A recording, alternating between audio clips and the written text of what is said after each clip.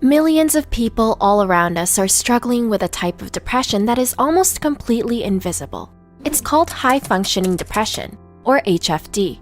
These people might be lawyers, doctors, or CEOs. You might even be one of them. HFD is hard to spot, but there are a few signs you can look out for. 1. Those with HFD might actually be more intelligent.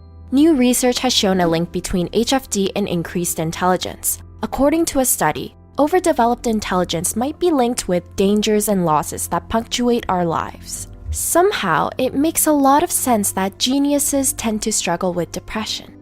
2. Those with high-functioning depression might be perfectionists. Professor Stephen Huprick of psychology revealed in a recent article that if he was dealing with someone with HFD, he'd probably hear something about being kind of perfectionistic. It's almost as if those with HFD battle their issues by focusing and improving on every little detail. 3. Those with HFD might have a family history of depression.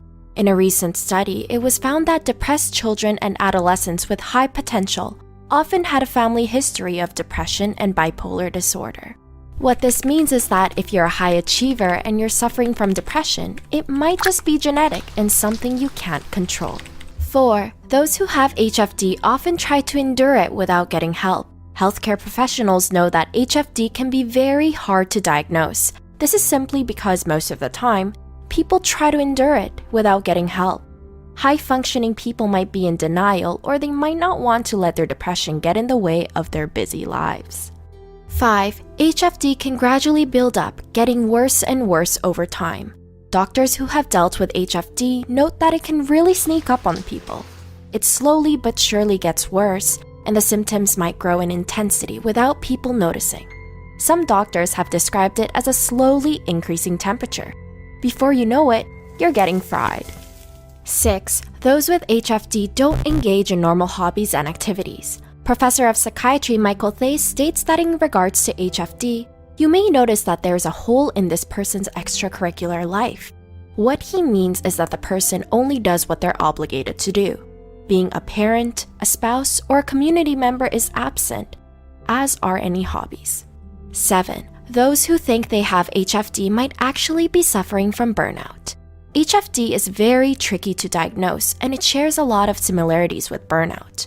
Burnout, as Katie Morton states in one of her interviews with Jacksepticeye, is when you feel the reward is not worth the effort you're putting in. So it's a more casual result of working too hard, whereas HFD can occur in individuals without burnout signs. HFD is simply feeling depressed with or without doing anything. 8. People with HFD might have symptoms of clinical depression. HFD is of course a type of depression, and as such, people suffering from HFD might display the symptoms of clinical depression. These include feeling empty, sad, guilty, worthless, restless, or even suicidal. Other symptoms include changes in appetite and sleeping patterns. 9. Those with HFD might be more creative. Some of the most talented artists in the world suffer from HFD, and according to recent research, there is a strong link between HFD and creativity. According to a study from 2012, traumatic losses appear to trigger fruitful inner work, mobilizing creativity. It would seem that those with HFD use their depression to fuel their art, passions, and creativity. 10. HFD is not a real clinical diagnosis. That's right, you won't find HFD listed along with other recognized mental disorders. That might change soon, but for the most part, it falls under the category of dysthymia. HFD can last for 2 to 3 years, and it can easily progress to major depression. HFD is treatable, but those who have it need to get help. If people put on a brave face and try to endure it, it can lead to much more serious issues down the road.